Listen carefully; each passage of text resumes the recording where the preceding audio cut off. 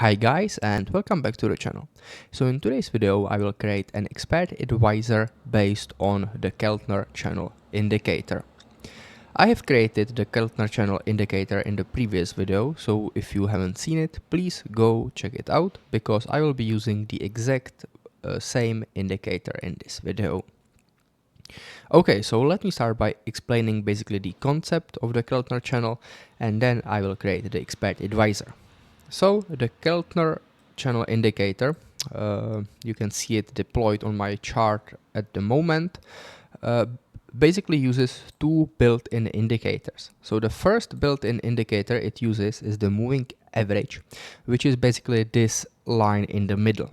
Okay, and then it uses ATR. So ATR, average true range indicator, is an indicator that basically tells you how many points should price move to either one of the directions. Okay, so in volatile markets the ATR is higher than in lower volatile markets. So that's basically what ATR does. And when we take the moving average and we add the ATR value to it, we get this higher band. Okay, and when we take the moving average and we subtract the ATR value from it, we get this lower band. So that's basically how this channel gets created. It's a very simple idea, but it can be extremely effective. So yeah, I think I've explained this pretty well. So it's time to go to my MT5 IDE and it's time to start with the coding part. So let's do it. Okay, so this is the code from the previous video. As I said, if you haven't seen it, please go check it out. And now we will be working with the expert advisors. So I will open my expert advisors folder. I will open my YouTube folder and let's create a new file. Let's create a new file. So it will be expert advisor. Do this template thing. So let's click on next. The name for this expert advisor will be Keltner channel EA, and it will have a few parameters, but I will specify them later in the video. So let's click on next, next, and finish. So this is our EA. So let's stop for a moment and let's discuss basically what the next step is going to be. So I will be working with the Keltner channel indicator, this one that I did in the previous video. So I will be using iCustom function. Okay, so this indicator is not a built-in indicator, it's something that I created, therefore it's a custom indicator. So the first thing I will do is that I will just take all of these parameters here. I will copy and paste them here, okay? Because I will need them as an input for the iCustom function, okay?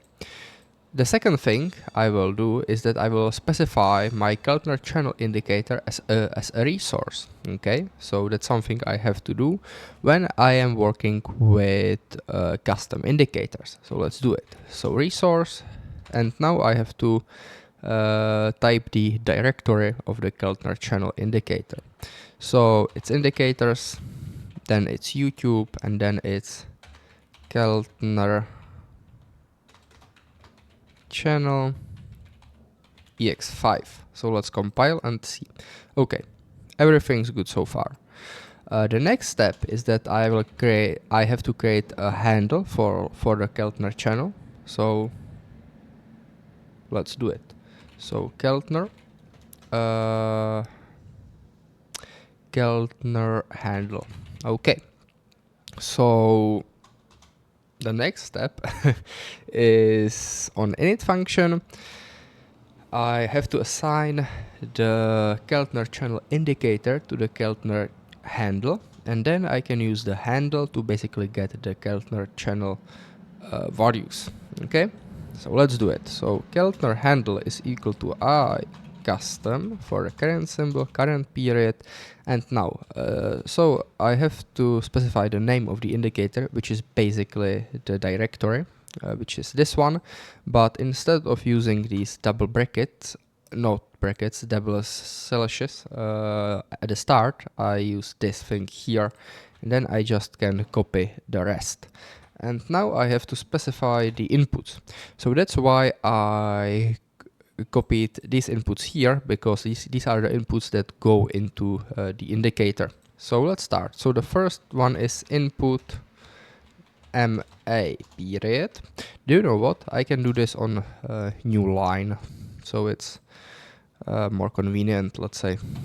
So the second is MA method. The third one is MA price. Fourth one is input ATR period, and the fifth and also last input is ATR multiplier. So everything's okay. Okay, so let's move here on tick function. I can delete these comments here and also the init function because I don't need it. So this is the Keltner channel, and we can check the data window or the data information that is available to us for this indicator. Okay, so the data window is here, and it basically shows us the values for the indicator. And if you remember from the last video, we have three buffers. We have the middle buffer, the upper buffer, and lower buffer. If you check this data window, you can see that we have basically values for each of these plots. Okay, so this is basically the moving average, which can be seen in the data window.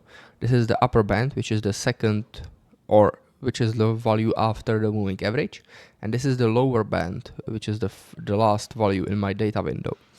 And in order to use this indicator to open positions, I have to get these values. Okay, so I have to get values for the upper band and lower band. I can also get value for the middle band, but it's not something I have to do, but I will do it just in case I need it somewhere later in the video. So yeah, so outside on tick function, I will create three arrays. So first one is, let's just call it moving average. The second is upper, and the third one is lower. Okay, so the moving average array is for the middle line. The upper array is for the upper band, and lower array is for the lower band. Okay, so now I can do this. So copy buffer, indicator handle is Keltner handle, buffer num 0, starting position, let's do 1, count 1, store this MA. Now copy buffer function, Keltner handle, buffer number will be 1, starting position is 1, and count is 2, and I will store this into upper array. And now the last line, or last copy buffer function, is for the lower band. So Keltner handle, buffer number is 2, starting position is 1, count is 2, store this into lower array. Okay, so I will also set these arrays as series, so it's easier to work with them. So true, let me just copy this, and do you know what? I don't have to do this on every tick. I just can do this on init function only once, and that's all I have to do. So yeah, perfect. One more thing, I want to get the indicator values only once per new candlestick, because if I do it on every tick, the expert advisor will be very, very slow compared to the version where I don't use the copy buffer function on every tick. So let's do static integer last bar, integer bars, bars, symbol period, if last bar is not equal to bars, update the last bar to bars, and do this inside here. Okay, perfect. So now, what do I have to do next? So the next step is to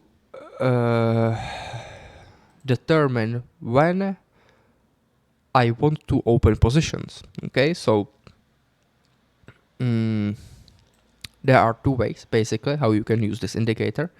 You can either go with the trend, meaning when the price, for example here, breaks above the upper band, you want to go with the trend, so you want to open a buy position here and hope that the price will continue to go up.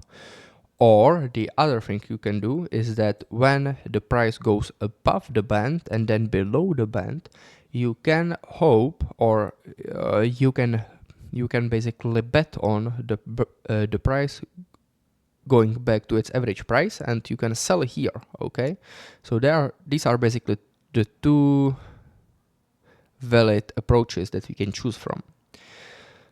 I think I will start with the mean reverting one, so the second one, okay, because for me it makes a little bit more sense.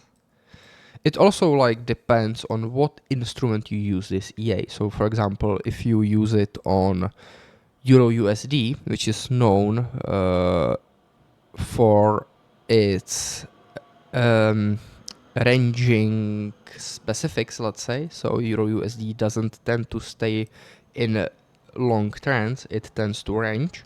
So for example, for Euro USD, it makes sense to use this mean reversion tactic. But for example, if you use it for indices, and indices tend to basically just go up, okay, they so for example S&P, it just tends to go up and up and up. So for example, for S&P, it makes sense to go with the trend. Yeah, so it also depends on the type of an instrument you are trading on. So let's start with the mean reversion, and then maybe I can add the trend following as well. Okay, so for the mean reversion, I will need to get an information about the current and previous price. So let's do just close is equal to I close symbol period current shift 1, and let's just copy this, paste it here 3 more times. So close, open, high, low, and this will be equal to I open, I high, I low. This stays the same, and then so this is basically for the price, almost for the current price, the shift is 1, and then I need the previous price. So let's just do close 2, open 2, high 2, low 2, and I will just change these shifts here to 2. So now basically I can compare the current price and the previous price, and based on this comparison I can say this is where the price went above and below, or this is where the price went below and above. Yeah, so very, very simple. Okay, so one thing, like in some instances, well, no, sorry. No. Let's continue. So now I will create a Boolean variable called upper reversion, and I will create a Boolean variable called lower reversion. So what's an upper reversion? So upper reversion basically is when the price is above and then it goes below the upper band. So this is upper reversion. So it basically reverts and it goes back down. Yeah. And lower reversion is the same for the sell side or for the downside. So it's basically when the price goes, where the price goes below the lower band and then above the upper band. So that's basically the lower reversion. And I want to spot basically these instances in the market so I can open positions. So upper reversion. So if close 2 is above upper reversion 1 and current close is below upper reversion 0. So this is basically upper reversion because the previous price was above and the current price is below. So it went from being above to being below, and this is what we want to spot. And for the lower reversion is the exactly same thing. We just change the signs here and we just replace the the arrays. So first of all, this is upper, not upper reversion, and this is lower array, not lower reversion. And I think it can be like this.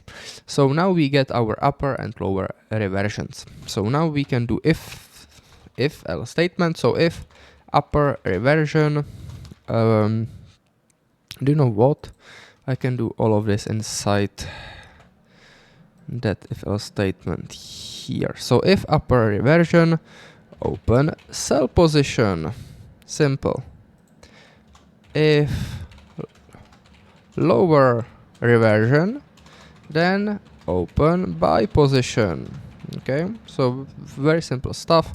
So let's do this. So let's include trade/trade.mqh, create an instance, trade double ask a bit, ask equal to symbol info double for current symbol ask bit, symbol info double for current symbol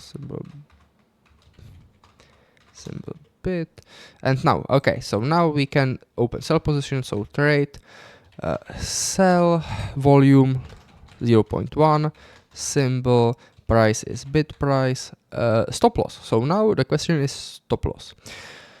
We can do certain number of points, for example 500 points, or we can do basically the distance between the upper band and the average value. So what we can do is that we can, so let's just say we do open a sell position here, okay? So this is where we sell, and we can say that this is our take profit and our stop loss will be basically this distance right here. So we check the distance and we can use it as a stop loss. So I guess we can do this. So bid plus upper 0 minus MA0, and take profit is MA0. And let's do the same thing. So trade buy, ask price, ask minus. I can leave this distance because basically the distance will be the same for, yeah, I can leave it like this and then moving average. Okay, so this is it. Let's check it. So single, sorry, YouTube, okay, Keltner channel, 1 minute OHLC, and let's check it. So I have to change the inputs. So let's do ATR of 20. This should be okay, I guess. So let's, well, will it trigger any positions at all? I think it won't. I think it's just, and this is pretty strange because why is it so white here? So let's do, okay, let's do 1. Okay, so for some reason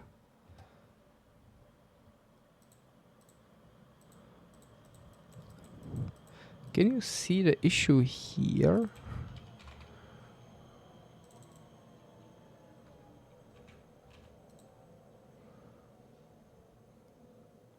For some reason, like, you can see too. Why the what's this?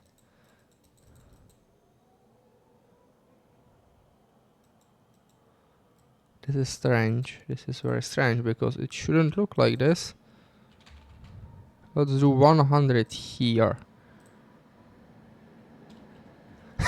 It shouldn't. Maybe I.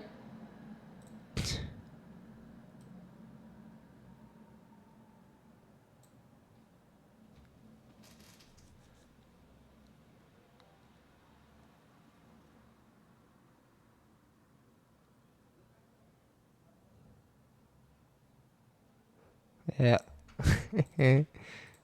Yeah, it there was something really strange, and I just yeah. So this is much better. Okay, so let's check it. So okay, we already have a lot of positions here. So what's happening? Okay, so we have a lot of buy positions, and yeah, this is okay. So let's just analyze these buy positions. So um, this is okay because the price was below, then it was above the open buy position. This is the distance, which is 88 points. This is 99 points, almost the same, which is okay. So then once again, price below, above, open buy position. This is 89 points. This is 95 points, which is okay. Then we open buy position, buy position, buy position, buy position, and you can see that in this case we open exactly or almost at basically the average line. In this case it takes us a little bit more time because basically the take profit does not update with the moving average. So yeah, here it basically waits for this price level. Yeah, but yeah, it works as it should. It works as it should. So here are some sell positions, and to be honest with you, I like this. I like this. I really do. Okay, perfect. This is okay. This is okay. So let's just do like one very simple back test. It well, the upside is that it opens a lot of positions. The other thing is that we haven't optimized this in any way, so basically these results, just ignore them. And let's work on basically upgrading this EA because there's a lot of potential here. So the first thing I will do is that I will add that second mode. Okay, so the first mode is the mean reversion. So yeah, so that's that. And the second mode is trend following. So let's add the trend following mode here. Okay. What I will do is that I will create enum. This will be called trading or trading modes. And the user will be able to choose from mean reversion and trend follower. Okay, so I will create an input trading mode. That will be equal to mean reversion.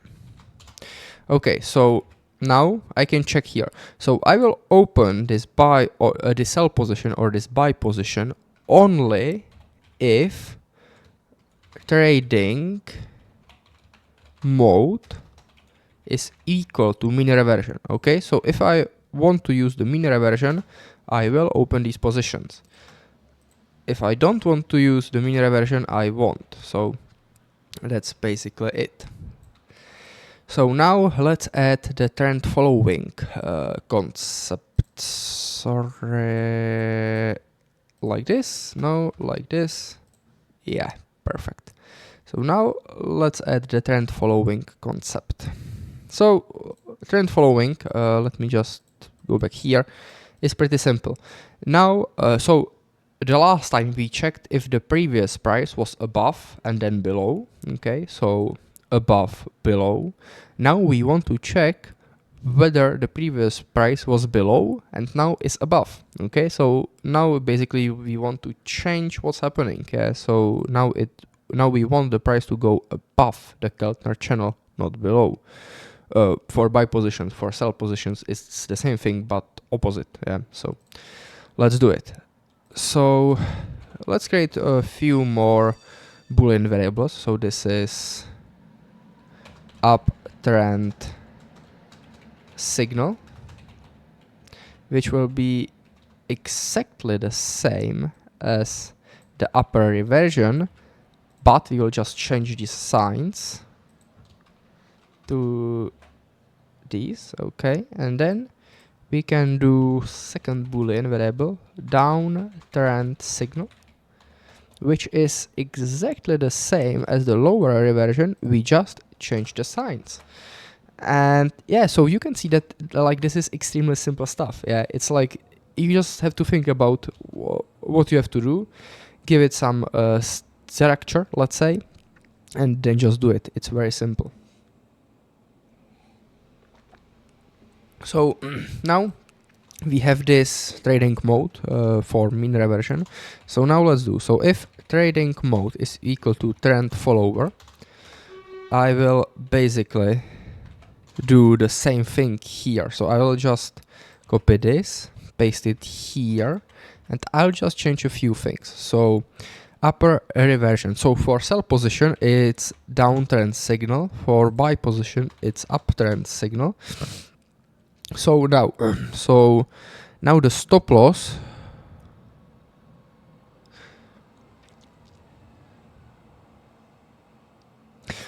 will stay the same. We just have to change the take profit. Yeah. So take profit, I guess it can be bit minus this value, and here it can be ask plus this value. So very simple. Let's check it. So now visual mode. Let's go here, change to trend follower, and let's check it. So hope you can see it. So now we open sell position, which is correct because yeah, we were above, then below we sell, so and we profit from it. Perfect. So next sell position, well, this is not bad. Yeah, sell positions. So you can see that all of these positions, all of these sell positions are based on our conditions, so it's okay. We have next sell position here, which is already closed. It just has to update. It updates here. So now we get a couple of buy positions. Okay, so sell position, buy position. Okay, so I think it's safe to say that first of all, the logic is correct, so it does exactly what we wanted it to do. And also it's very clear that the mean reversion works very well in a sideways trends. Okay, so for example, in this area right here, we want to use mean reversion, not trend breakout. But in areas or when the price does basically stay in one trend, we want to use the trend strategy. Yeah, so it's like a trade-off because it's very hard to decide which one to use. Yeah, because each strategy is suited for a different market. Okay, so let's just check a couple of more positions here, and I think we can close this, disable the visual mode, and let's just start a backtest. Okay, so this is much less profitable than the mean reversion strategy. Okay, so let's think about another ways of improvement. Okay, so the first thing that comes to my mind is that like when I see chart like this, I see a lot of positions. I think a good thing to add is to basically limit the number of positions. So for example, you can see here that when we open these three sell positions, they are basically at the same price level. So we like hedge our positions, which is not something I want to do. So I'll go back here. I will create an input. input max positions, which will equal to 2 by default. And then I will go here and say and positions total is lower than my input max positions. I will copy this, paste it here. So now it will only open 2 positions, not more. So let's just do a quick backtest. The results looks the same, but now we can see here, yeah, that in this case we have only 2 positions. In the previous case we have 3 positions. So this is basically our input. Perfect. So this is first step of improvement. Let me just check 30 minutes. This is okay. So now the second way to improve this is to basically detect the current trend, and based on the current trend use the strategy. Okay. So when that's bullshit, sorry. We'll do another thing. We will work with take profit and stop losses. So now the take profit stop loss is 1-to-1. Okay, so we use basically we get the distance between the upper band and the middle line, and we take this distance and we use it as take profit and stop loss. So now let's go here and let's create input double take profit coefficient, which is 1, and input double stop loss coefficient, which is also 1. So now I can take this, go here. So this is our stop loss, so times stop loss coefficient. This is our stop loss as well, so times stop loss coefficient. And this is our take profit. So what we have to do is that we have to replace it basically. So bit minus upper 0 minus MA 0 times take profit coefficient. Here I will do the same thing just for ask plus, and here let's do the same thing and let's just copy these take profit coefficients and put it here. Okay, so now we can basically change the take profit and stop loss. Yeah, so let's do it. I think it's time for a quick optimization just to see how well this can perform. So I will start with the mean reversion mode. Max position will be 2, and I can like optimize a few things here. So first thing I can optimize is moving average period. Let's start at 10. Let's increase by 10.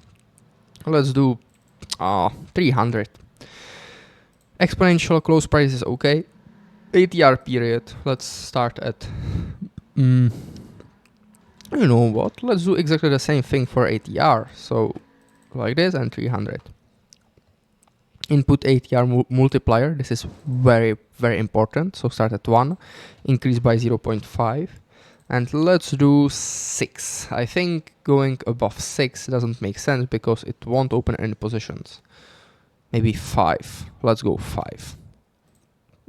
Let's go 6. Let's go 6.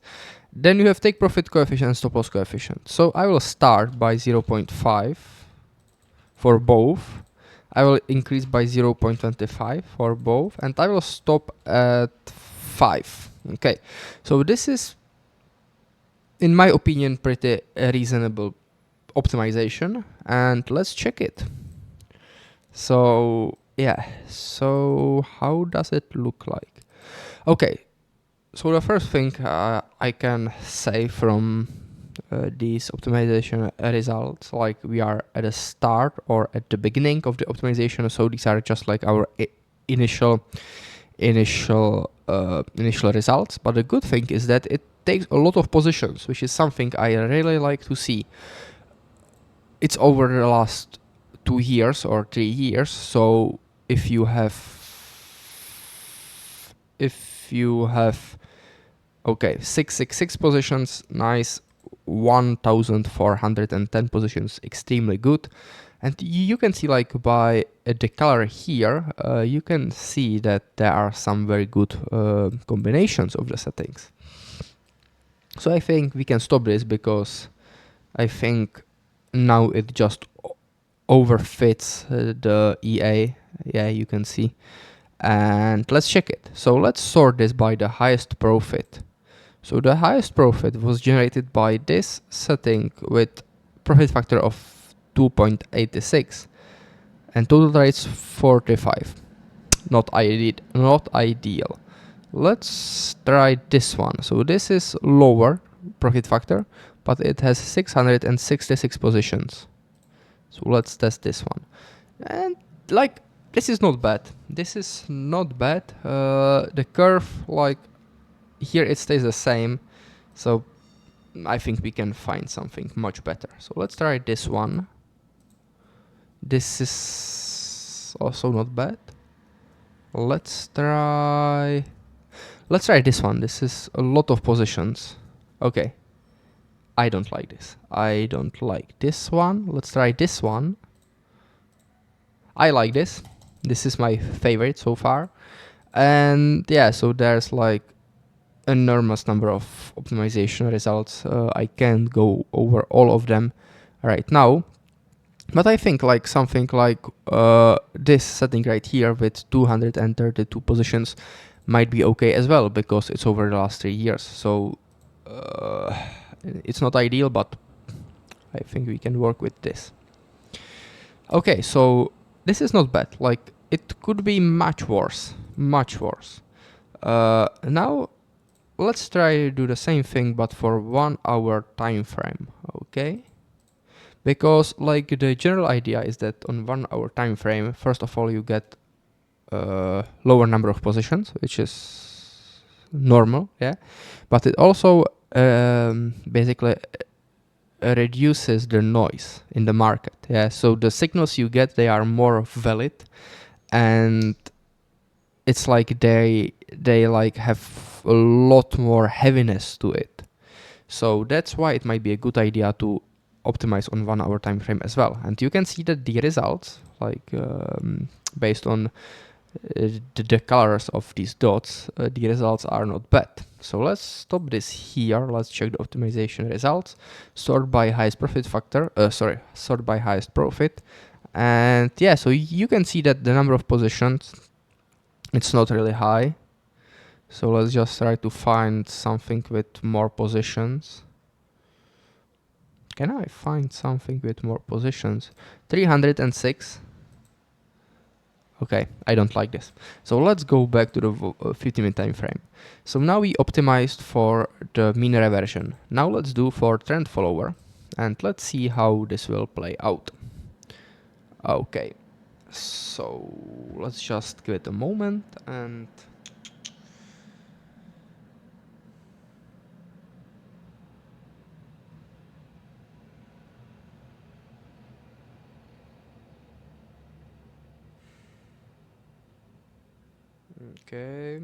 okay, so by like you can check the colors of these dots, it doesn't look great, which is something.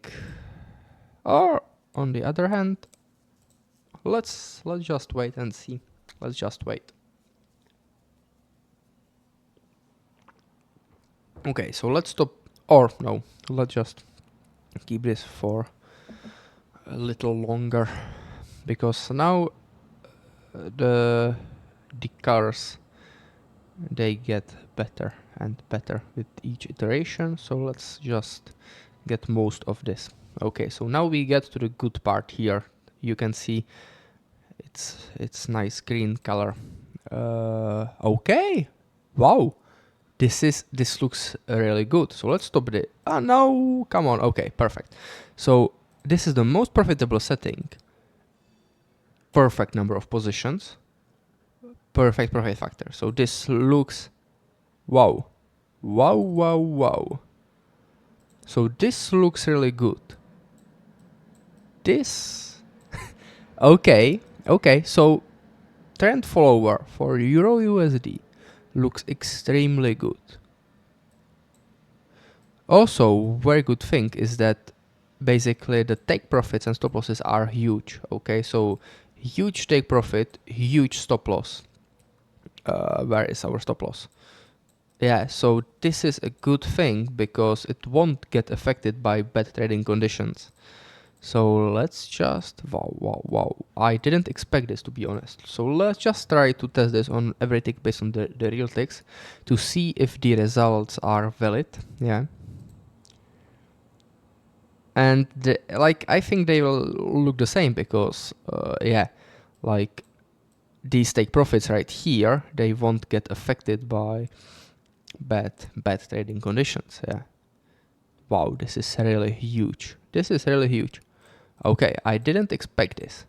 So let me just try to backtest this over the last 5 years. Okay, this is also okay. So let me now optimize this since 2018. Okay. Well, I didn't expect this, to be honest with you. I thought that it will be a garbage concept, let's say, for Euro USD because it doesn't make really sense to me. But yeah, if it can find the right settings for it, it obviously can work really well. So now let's see how it can perform basically on higher or over longer period of time.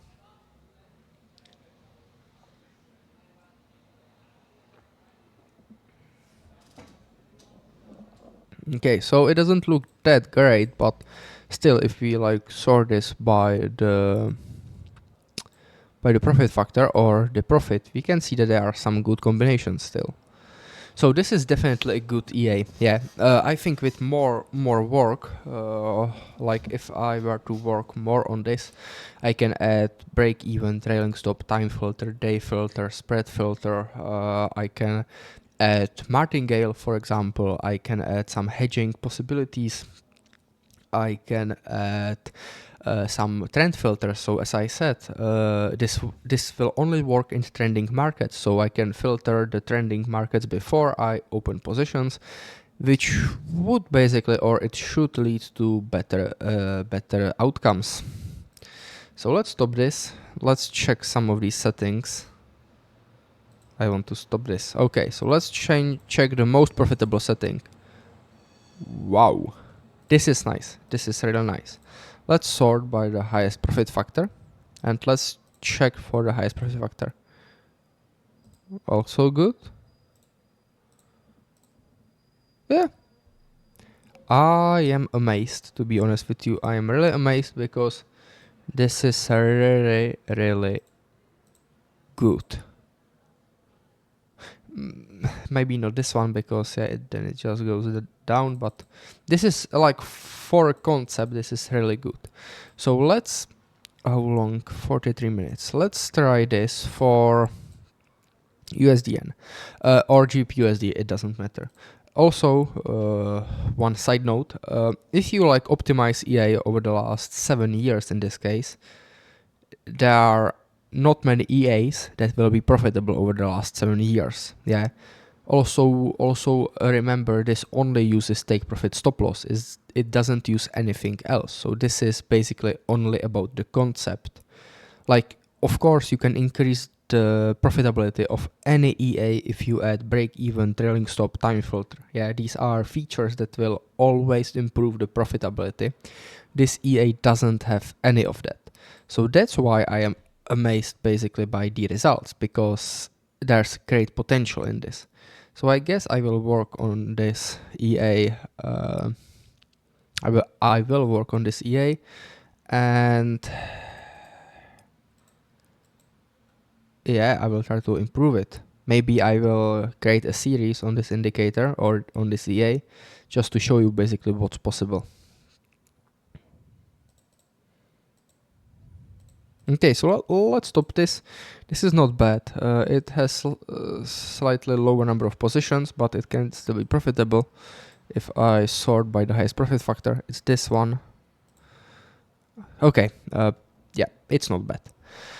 Anyway, I think this is enough for this video. I hope that I basically showed you